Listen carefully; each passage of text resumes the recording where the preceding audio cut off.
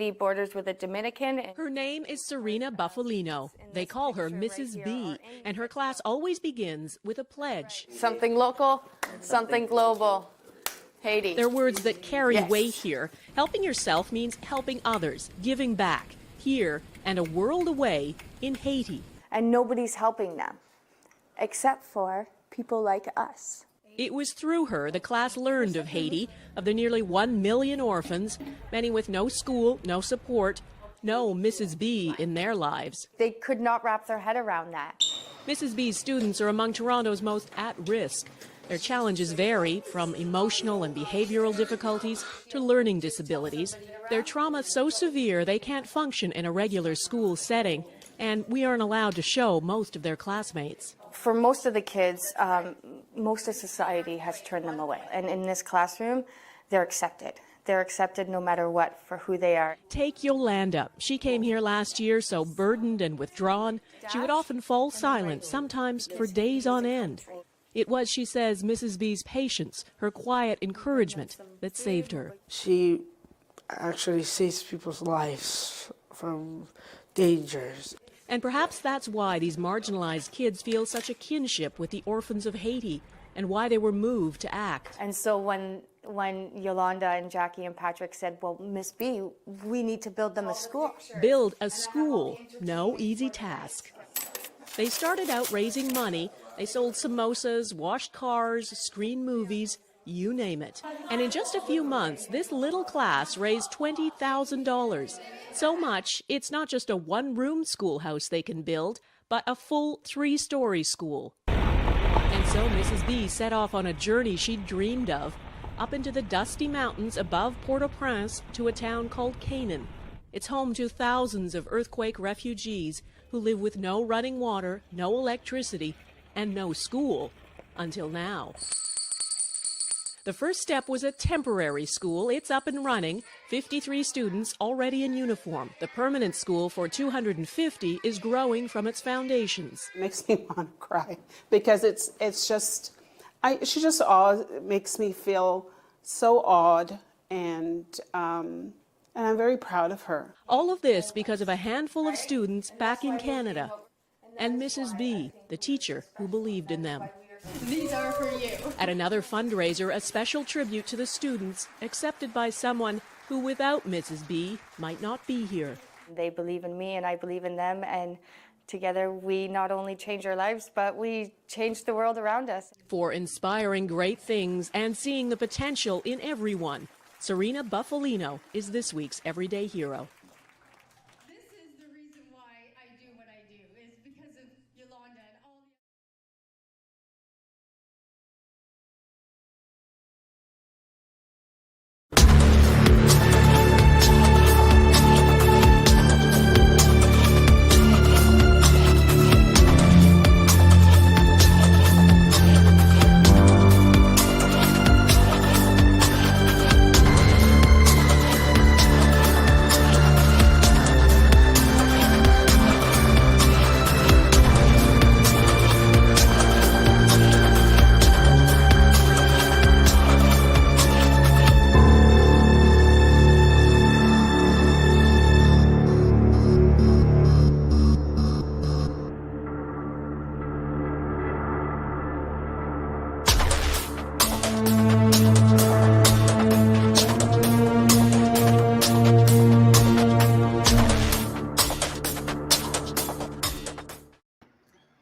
Good morning. Bonjour. Comment ça va? Ni hao. Hola. Ohio. Bienvenue. Wan Ying. Bienvenidos. Yokoso. And welcome. Welcome to a very special episode of Gem Hunter Stories. My name is Barry B. Mixon, and I am a gemological storyteller. And each and every week, I have the honor and privilege of taking you on a journey to places you've never been before, to stories you've never heard before. Each and every week, I get the magnificent opportunity to take you on a mental, physical, and spiritual adventure into the art, science, history, and magic of gemstones, precious metals, and fine jewelry. And because I know the transformational powers of stories, I have experienced it myself. Because I know this, what stories can do, I have no doubt, I am absolutely confident that somewhere along the line, somewhere in this journey, you will hear a story that will move you. You will hear a story that will change the way that you see not only the world, but the way you see yourself. And my job each and every week is to create a sound that you've never heard before, a sound that resonates somewhere deep inside of you, a sound that allows you to begin to hear the music that's inside of your heart and inside of your mind.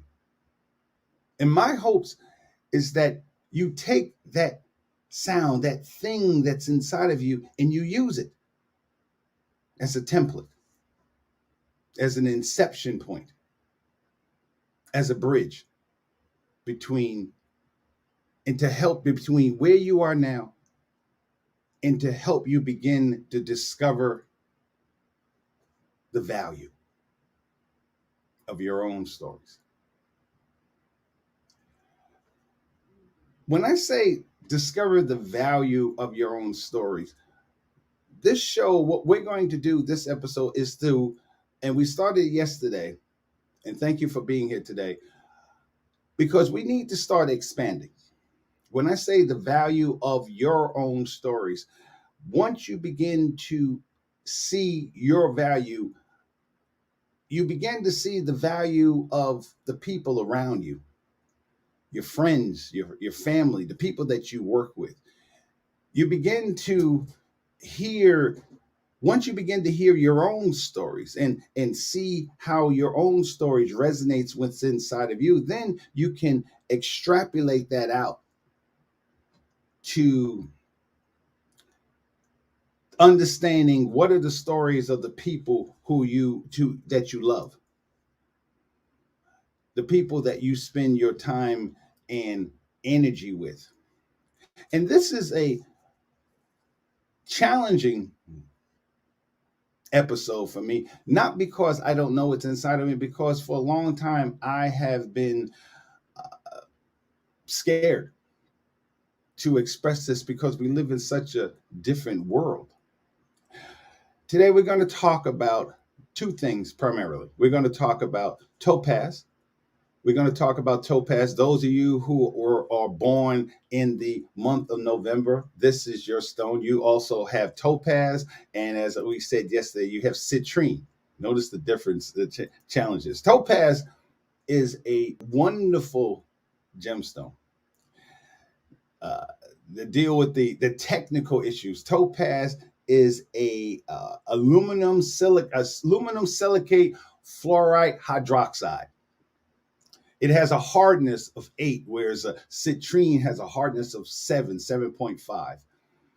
The citrine has a different structure. This is citrine. Its structure is what's called trigonal, whereas topaz has a more orthorhombic structure. What does that mean? That doesn't mean anything. It's science, it's words. So when we talk, and I say those things because what we're going to talk about today is romance.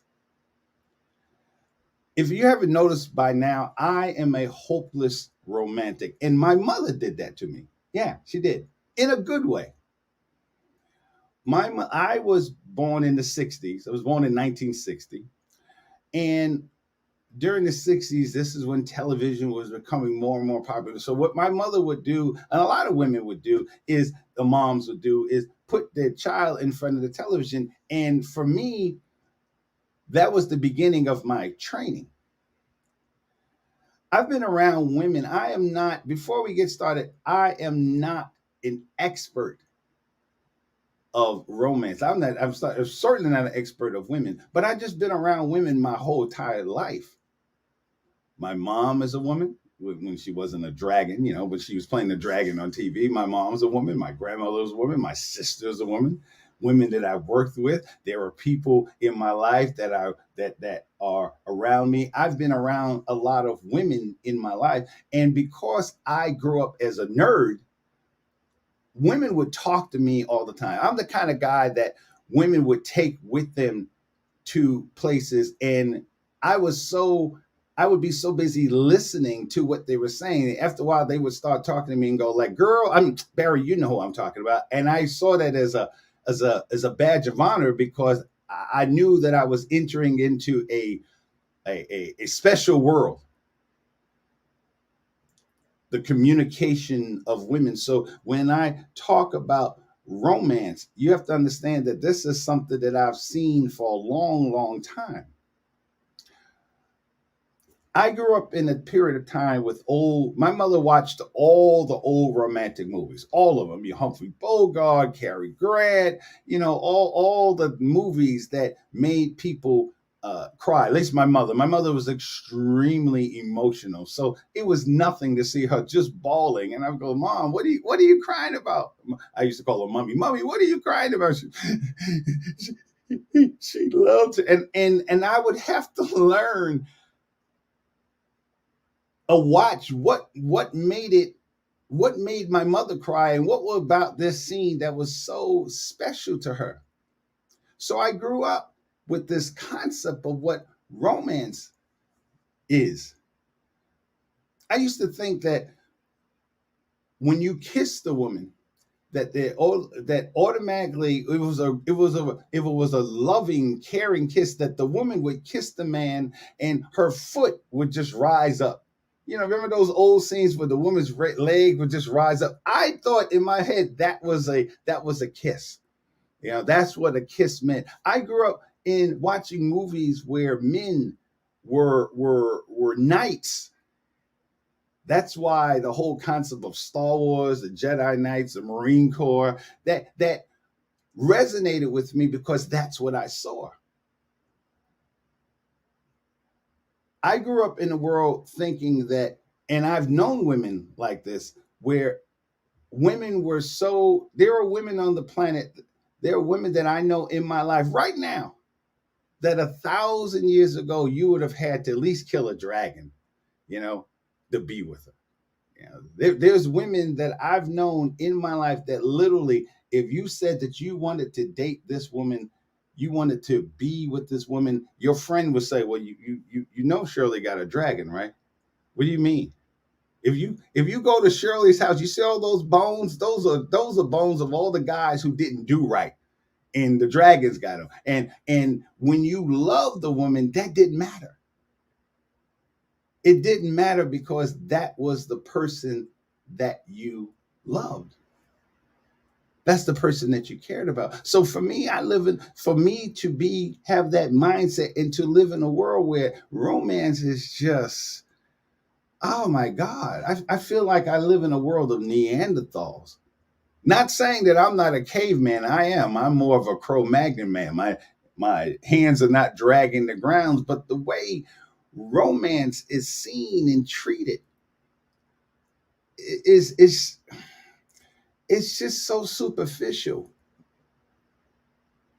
When you hear the and not to sound like an old guy, but when you hear the music that's playing, it's literally like, hi girl, you want to have sex? I mean, there's no romance, there's no ambiance, there's no looking at the woman and realizing. I remember a time when if a girl kissed you on the cheek, oh, you didn't even want to wash your face. You were like, oh my God, Diane kissed me. And you felt this glow all through you. Those days are so far gone. One of the viewers called yesterday or emailed you yesterday, Carmen from San Juan, Puerto Rico. And she asked me in the text, the email, she asked me, I keep talking about the relationship between gemstones and women. And she said, what do you mean? And I understood why she asked the question, because I've always talked about doing a show discussing romance, but for some reason it would always get put to the backside of it, or the back of the program, and I would rush it. And today I said, I'm not going to do that. I'm going to boldly go forth and tell you what I feel about romance and what I think is missing. When you look at this gemstone called topaz, this is imperial topaz. This is, first of all, let's just back up. The word topaz actually means, I think it's ancient, either Latin or Greek, it means fire. So when you talking about a gemstone named topaz, if you met a woman and her name was Topaz, you automatically are expecting to meet someone that's exotic, someone that's intoxicating. If your name is Topaz, or if this is your gemstone and you embody this, there is a spirituality to that. In fact, this gemstone is the gemstone of spirituality. This is the gemstone of fulfillment.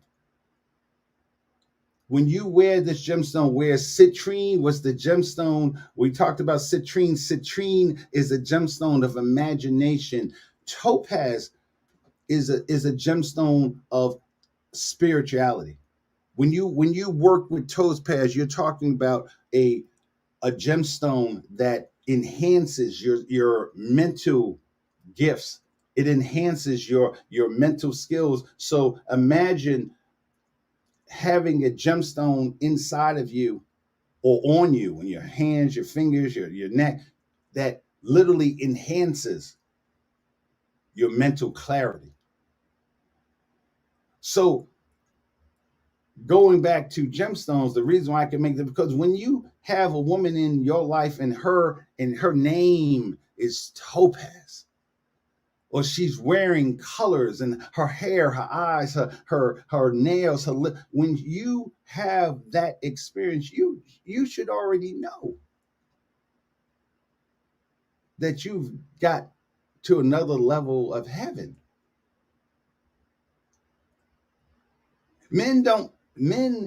It amazes me as a gemological storyteller. What amazes me about the way women are treated today and have been treated really throughout history, and goes totally counter to everything that men did to get a gemstone. Really throughout history, but the 13th, 14th, 15th, 16th, 17th century, it was nothing for a man to get on a ship. To get on a ship with a whole bunch of guys, and then we've talked about this before, it wasn't like the Princess Cruise Line of today where you had all the amenities. You're talking about a wooden ship with a bunch of guys, no showers, no nothing, no bathroom, things like this, just to go and acquire a gemstone. You would get on a ship and just the captain would say, "We going this way," and you would go. And you didn't mind, because you, in your mind, you imagined what it would feel like to hold in your hand something this beautiful. That when you saw something that where the light hit the surface and interacted like this, it was worth it for you. So you got on that ship, you traveled hundreds and hundreds, sometimes thousands of miles in search of this gemstone. Then once you got to once you dealt with the oceans and storms, then you got to the land that you thought that hoped that gemstone would. Then you had to deal with indigenous cultures, the bad weather, diseases, hostile tribes. Then that's just to get there. Then once you got there, you still had to confirm that that gemstone was actually there. You had to find it. And no matter how many people who have gone on this same journey as you come back empty handed, no matter how many people, John is dead. What happened to John? Oh, you know how John went there to look for Topaz? Yeah, he didn't make it. He got eaten. And despite all those things that you knew that people before you had gone through, you still was on the search for that gemstone, for the one, for that gemstone that you knew in your heart and your mind that once you held it in your hand, that it was going to change your life forever. Isn't that what happens when people fall in love? Isn't that what happens when, and I can only really speak about a man feeling the way he feels about a woman. So I can always, but it's the same thing for a woman with a woman, a man with a woman. It works all the ways, but I'm just talking about my experience. When you meet a woman, you have to first understand this, the similarities between gemstones and women. There are thousands of different types of minerals. Topaz can be found in countries all over the world.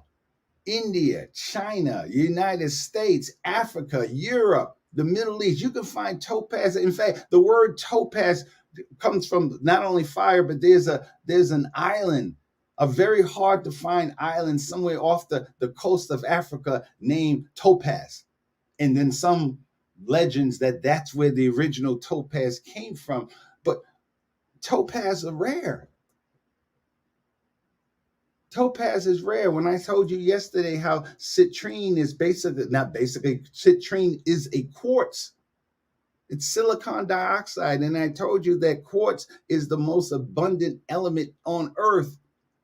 And that within that whole universe of quartz, there's this special type of quartz that take on a color, and that quartz is now called citrine. And because of the chemical that goes into the molecular structure of citrine, you have these various colors. For citrine, it's iron. The same thing goes for topaz. Topaz, like citrine, is a gemstone that it's allochromatic. We talked about before. We talked about the difference between allochromatic and idiochromatic. Idiochromatic is where the color is built in. The structure is there. Where allochromatic, the colors come from the elements that are added into the molecular structure, and voila, you have the different colors. So topaz comes in colorless. It comes in gold. It comes in blue. It comes in red. It comes in green. It comes in variety. It comes in orange. It comes in purple. And so to me, one of the first similarities between women and gemstones is how much it can change. I'm not saying that romance is easy. Romance is I won't even say it's hard. It takes work. So why is it that a man can get on a ship and travel throughout history, travel through all the things to obtain a topaz, but yet that same man in the 21st century, not same man, but a men in the 21st century think that you can get this person, this gemstone, for nothing? You don't have to do anything. That's the problem. That's the problem. We don't date anymore. We don't go out and just experience the person. To look across the table, to walk down the street, to walk down a lakefront, a riverfront, just holding her hand. And when you understand romance, because romance is totally different for women than it is for men. And And it's not a matter of what's right or what's wrong. It's a matter of understanding what you have. And we talked about it with gemology. It's called gem identification. Gem identification. This is a red citrine. This is a red citrine. This is a red topaz. And as I already told you, that there is a difference between this red citrine and this red topaz. And even though the colors are both red and they're both similar, you have to understand the difference. What are you looking at? What are you experiencing? And if you're going to begin to romance a woman, you have to first understand, who are you talking to? It amazes me how men can know how many touchdowns that Tom Brady did, not even in the NFL, like in high school. Well, he in his senior year or junior year, he drew through. How do you know that? But yet that same guy will go to Victoria's Secret and the salesperson will say, what size is your wife? And you're like, I don't know. I don't know. She's about your size. What? How does that happen? How does that happen where men who so highly prize something, a gemstone, and can see the rarity, appreciate the rarity and the beauty of that gemstone, and yet not appreciate the gemstone that they have right at home? Yesterday, and this was what Carmen and I were discussing back and forth texting, when I wrote that text about the movie The Great Gatsby, and I described the way Jay Gatsby looked at Daisy, that he knew that his mind would no longer be able to romp like the mind of God. Or Forrest Gump standing there on the grave of Jenny, a woman that he loved his entire life, and said, if there's anything you ever need, anything at all, I won't be that far away. That's romance. That's loving a woman. Loving a woman, not just for the way she looks, but the way her energy fills you, intoxicates you, just like a gemstone. And the similarities between a gemstone and a woman is just that word, belief. You have to believe that this woman, this person, this human being, it's not to fix you, or it's not to the complete you. It's just more of, this woman is the embodiment of all the things that you ever thought you would want to be with in your life. That and there's a responsibility to understanding that. And when you buy a gemstone, if you bought this gemstone, if you bought this beautiful, look at this. This is the woman that you met. This is Topaz. And if you met Topaz in 2020, let's say 2000, you met this woman named Topaz at a club, and she struck you like looking at this gemstone. Just the beauty, the radiance of her color as she walked across the room. This is the woman that you saw every day at Starbucks, just drinking her coffee, and you sat there watching her, drinking her coffee, and you thought for a moment how lucky that cup of coffee was, because that cup of coffee got to experience her hands around the cup, around the cup.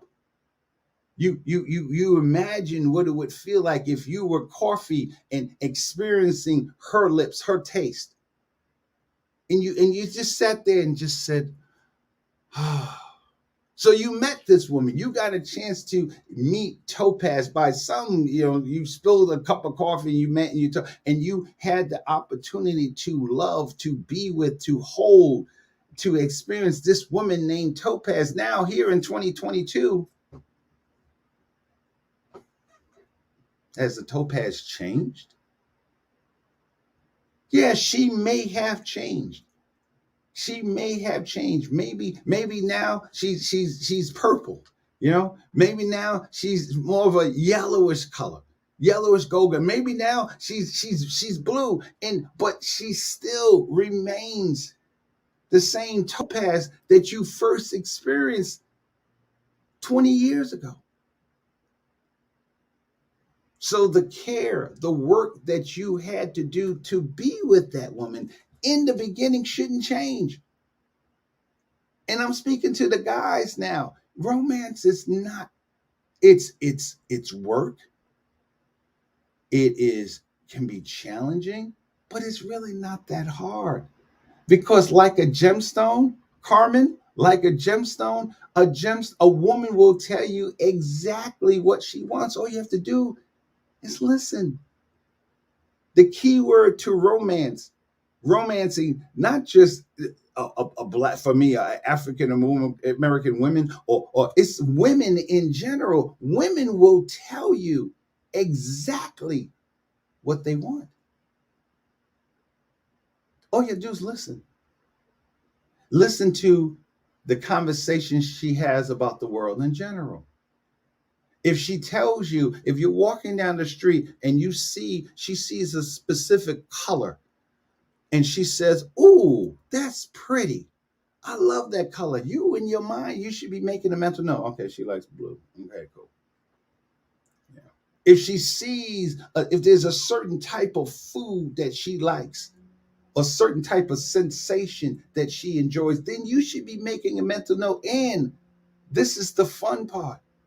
The fun part is allowing her, surprising her with that memory for her that you sat there and thought about something that she said, just an offhanded statement, and here you are presenting her something that is blue.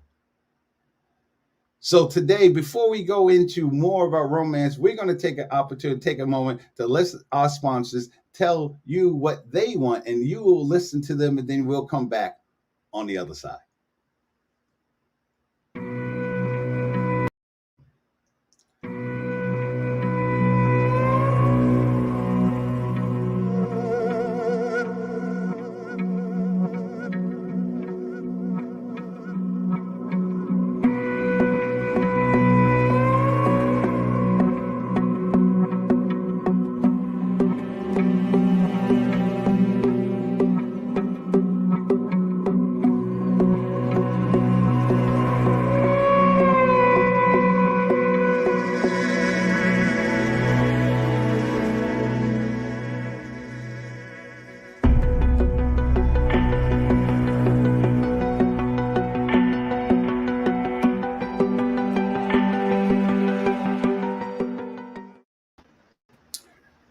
Hey, oh my goodness. Oh, see, I knew, Barbara, that when I started this show, people would be coming from the woodwork and everything else. So this is, ladies and gentlemen, viewers all around the world, this is my executive producer, Barbara Beckley, who is also a woman. So, Barbara, I'm a little nervous right now. What's up? What?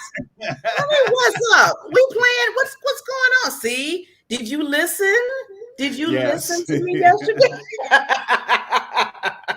Gotcha. Got me. Yes. So, no, Barbara, go ahead. Go ahead, Barbara. Just for a quick, brief moment, Okay. because you're talking about something that I know, just being open here, we talk about we have those conversations.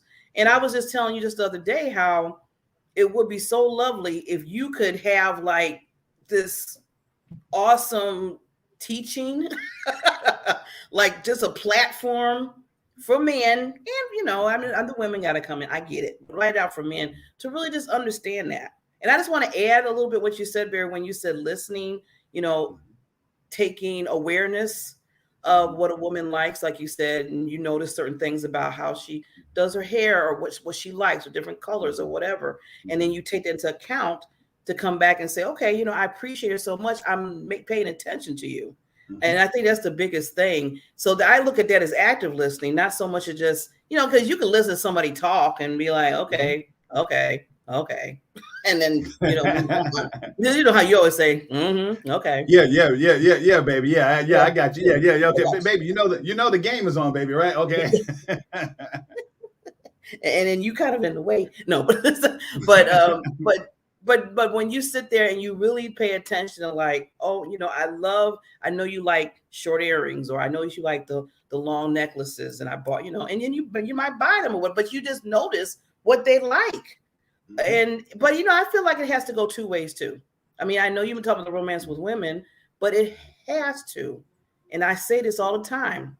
I'm on a mission right now. Remember, I told you I'm on a mission. I've been talking to all different kind of men, including you, that really understand that concept, to say we need to communicate and not argue, not get defensive with each other, but just communicate and see where we fall at.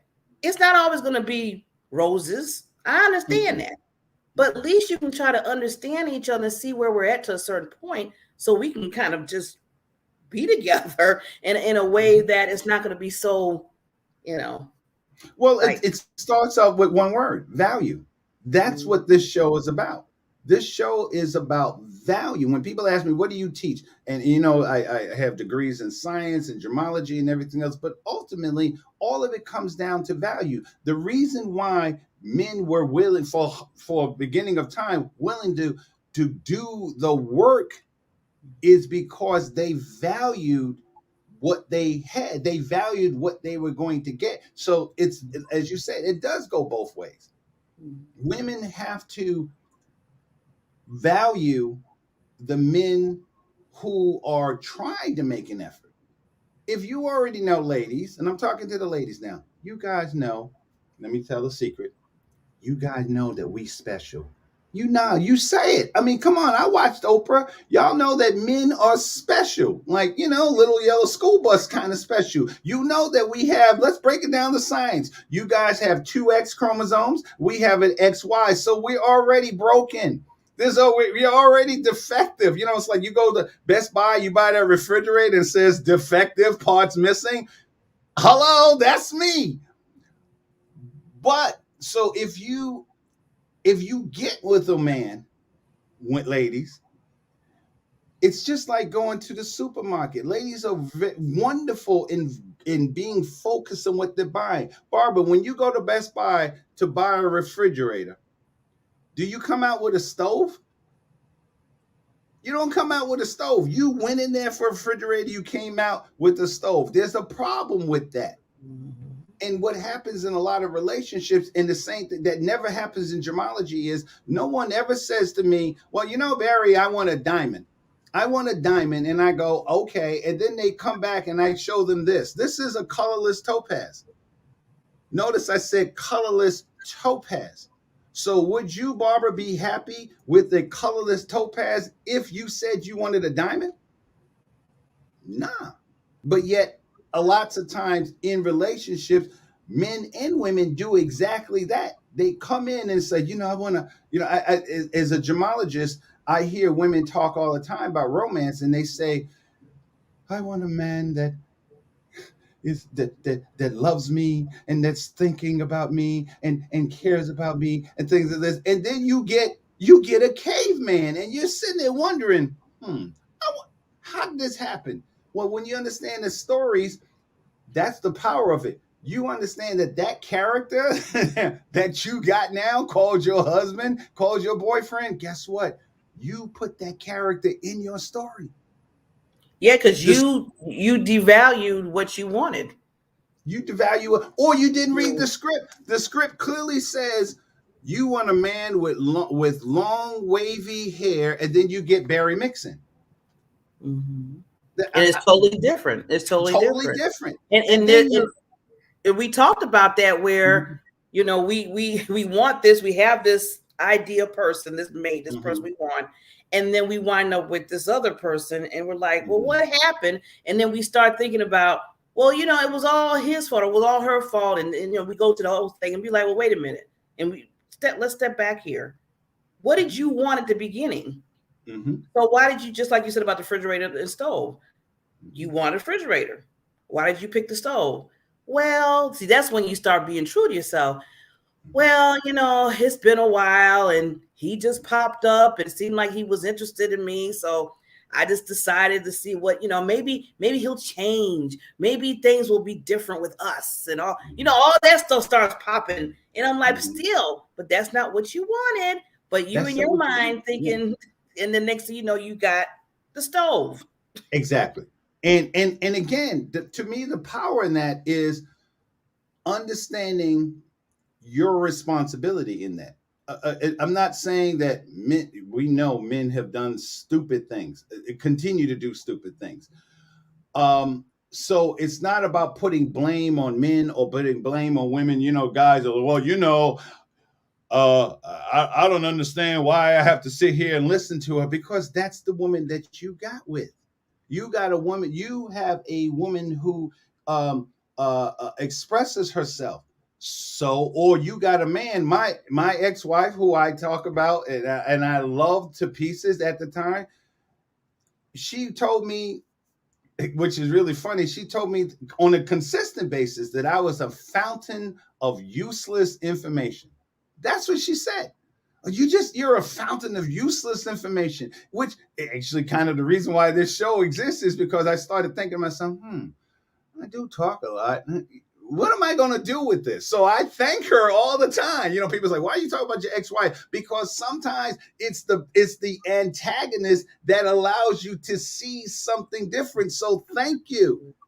Thank you. But again, it's not that there was something wrong with her or there's something wrong with me. I just needed to find, I came in there for a diamond. So when you gave me a citrine or when you gave me a colorless topaz, that's not what I wanted. That's not what she wanted. So the other part of understanding romance is if you are with a red topaz, and that's not what you really wanted. You really wanted a ruby. Then once you realize that, just take a step back. I'm not saying, get divorced, because some things that you should have figured out before you got married. But if you do find yourself with a red topaz when you really wanted a ruby or red spinel or red tourmaline, then don't devalue. And this is what I have a problem with, guys. Don't devalue the gemstone that you have. Once upon a time, she was beautiful. Once upon a time, you loved the color of her skin. You loved the cream in it. You loved the way she walked. You loved that gap between her teeth. You loved her hair. And now, okay, she's different. She's different. Okay. Then value her, love her enough to let someone else appreciate who she is. Let her love her enough to let herself feel beautiful with who she is. This way, she still feels empowered. She doesn't feel, and this is what a lot of men do. They devalue. They devalue the person. Like, oh, I made a mistake. No, there's no time in history, in the history of jewelry, you will never see a man destroy a sapphire, a ruby, I don't like it, and I'm just going to break it up. No, no. When Marie Antoinette got her head taken off, they didn't just throw out her jewelry. Well, we didn't like the queen, so we don't like her jewelry. No, they said, okay, can I have all your jewelry, please? Thank you very much. And you held it, and then they just cut off her head. Okay, cool. Mm-hmm. Because once upon a time, she was a queen. And she still is a queen. You call women queens all the time. Why can't we respect women as queens? She may not be the queen for you, but she's a queen for somebody. Well, see, that just to kind of to add to that, and then I'll fade away to let you finish. But what I was thinking that, that's why I always have to give so much respect till I see couples that's been together And I mean, Mhm. really been together and really love each other. I'm gonna put it that way because you have some couples that have been together forever and Mhm. they're living in separate rooms. They're kind They of just like, okay, tolerate each other. they just Yeah. tolerate Mhm. each other. I'm talking about the ones that, from when they were 20 to now they're in their 60s or 70s and they're still Mhm. liking to hold each other's hand. The husband will, just out of nowhere just give a gift or something, or the wife would Mhm. just, do something for her husband. And I had to cherish those moments because they said, I love you. I value you through all these years. Mhm. So when I changed, because you notice, I mean, from 20 years old to 60, those are some big life changes within Mhm. themselves, Mhm. within the Yes. world, everything. And they still are able to say, this is my husband, this is my wife, and we really truly love each other. And you know That's why? that's a You know gift. why? Because they believe in the story. Mhm. When you cut a gemstone, whoever cut this, a lapidary for colored gemstones, a diamantaire for someone who cuts diamonds. I love that word, diamantaire. Okay, a diamond cutter. You don't just cut a diamond and just a gemstone and say, here it is. A lapidary will see the whole story. The person who cut this gemstone saw what the possibilities of this gemstone could be. He or she understood that with the type of faceting, with the type of material that he was working with, that this gemstone could become with adding on to what he is, what she is, his technical expertise in the material that he was working with. They believed in the story, and then ultimately, this is what the gemstone became. Mhm. And he didn't say the lapidary. He didn't say, oh, I'm going to throw this out because it has an inclusion in it. When you're talking about emeralds, all emeralds are included. Mhm. Topaz, the problem with topaz is a beautiful gemstone, but topaz has almost a fatal flaw. In the middle of its structure, the bonds are very, very weak. So it basically what's happened is called perfect cleavage, meaning that if you hit a topaz in a certain way, that Mhm. topaz will just split in half. Wow. Okay, it will cleave. So Mhm. even though topaz has a hardness of 8, it's not tough. Same thing Mhm. with diamonds. Diamonds is the hardest known structure, but diamonds are extremely brittle. So if you hit a diamond in a certain way, that diamond will hit. So therefore, if you are with a person, male or female, if you're with a person who may be beautiful, oh Mhm. my God, oh my God, I'm still trying to call up J Lo, and some reason she doesn't answer me. In fact, let me say something to the audience. I made a mistake. I said that our show, the Diamond Hunter Stories, would be on Wednesdays and Thursdays. My executive producer let me know that she already had Beyonce on track to be take over Thursdays. So unfortunately, I might not be doing Thursdays consistently. I don't understand why Beyonce is over me, but and but I appreciate that. But so we'll do another show. But back to my point, you have to understand what you're working with, who you're talking to. So people who have stayed together forever, it's because they see the story. They see the story. They together have their own separate stories, and then they see how their stories come together to make a more beautiful story. And then together they deal with all the different characters, good and bad characters that come in their story. And what you're seeing is two people who have withstood the test of time within their story. Does that make sense? Yeah, it makes sense. And they, in all those years, they still, like you always talk about, value. Mhm. And should I add this because you talk about this too? That means Okay. I'm paying attention to you. Okay. They understand each other's sound. Exactly. You understand that's the key. Thank you. That is as someone said, that is the essence. That is the essence of the whole thing.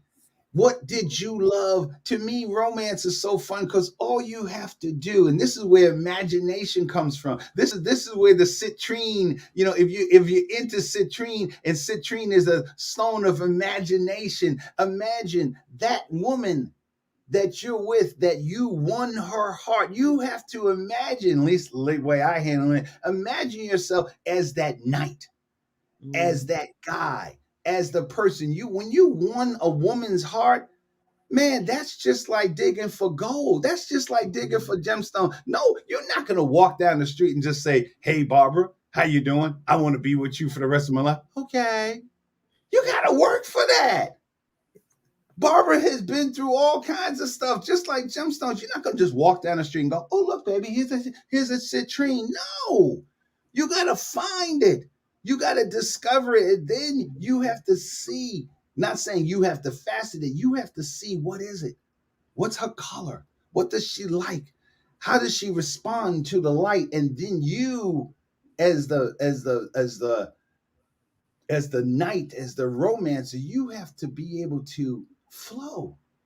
You have to be able to flow. So what I will say is romance is even, gemology is wonderful because to me, it is a woman on its most basic element. I told you many times, I've said on this show, I believe that God made gemstones as practice, as a template for women. Because when you understand gemstones like citrine or topaz, you know that topaz comes in colorless and gold and blue and red and light blue and purple and gold. This is you. You don't come on this show every day looking the same way. You got different hair, you got different makeup, you got different things, and you're like, dang, Barbara, so to me, the challenge, the beauty of loving a woman is understanding that woman, first of all, you have to understand that she's a gemstone. And then the rest of your life, should you choose to be with a woman, is to figure out what kind of gemstone she is today. And make it fun. Well, I want to say something before. I was supposed to sign off a minute ago, but I have to do this announcement while we're talking about make it fun. So me and Barry, the gem hunter, Mr. B, I call him, and myself are talking, and we're always looking for doing something different, especially on the show, on the Diamond Factor show. So we decided, and this just kind of came up just from us talking about, romance and understanding each other's value and hearing the sound, everything Barry's always been talking about. And we were thinking, wouldn't it be kind of interesting to have a show called The Gem Hunter After Dark?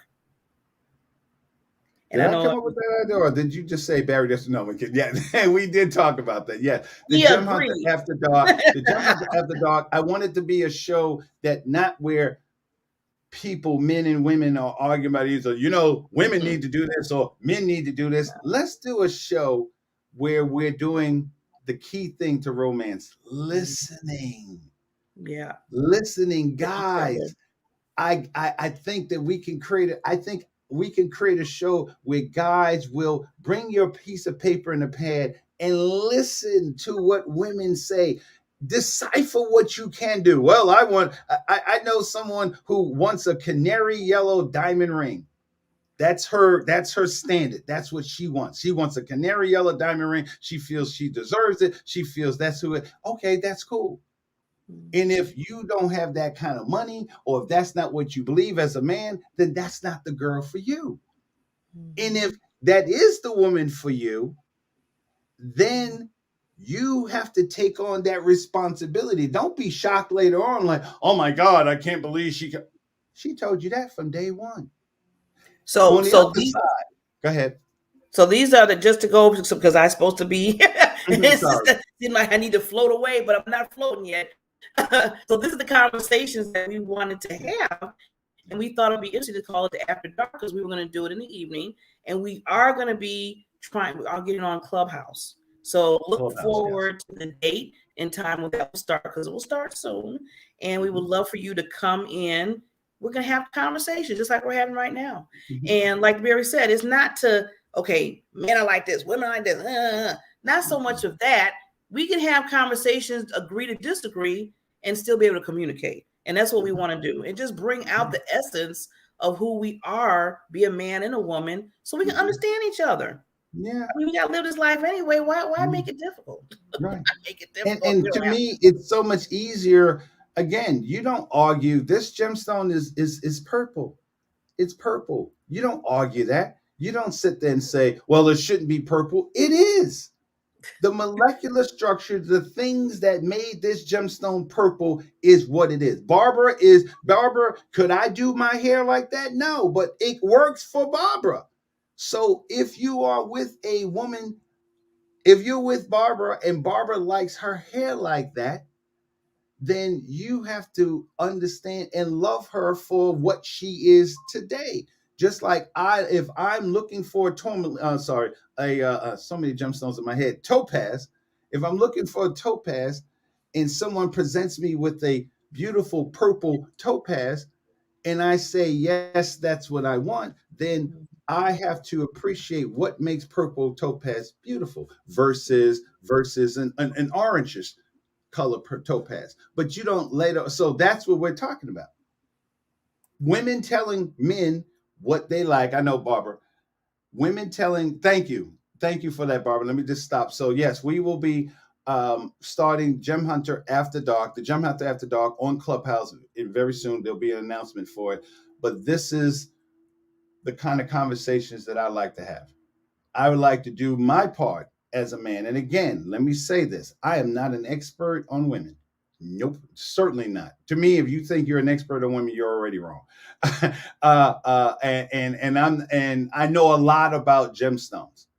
But how about taking a program where people can begin to have this conversation about what is romance? What is it? What does it take to win a woman's heart? What does it take to make a man feel still like a man, but still feel comfortable in sharing his feelings? You know, lots of times a man who shares his feelings is seen as less than, because, society makes us, I need to be an alpha male. I need to, there's a lot of guys. I won't say there's a lot of guys. There are men who think like me. There are men who cry at movies. There are men who don't feel uncomfortable with a chick flick. When I go to what they call chick flicks, when I go to a movie like that, I know that I'm going to get an insight. I know that I'm going to get an insight on a deeper level. So sometimes I go to movies because I know there's going to be a scene. When Titanic came out with another movie, Leo DiCaprio, when he loved the woman, I can't remember her name right now, but when he laid on the freezing North Atlantic water, freezing to death, knowing that he was going to die, knowing that he put her on that platform and he was holding on and he knew he was going to die, but because he loved her so much, even within that short amount of time, she changed his life. And for him, her living, her going on was the greatest thing that he can do in his life.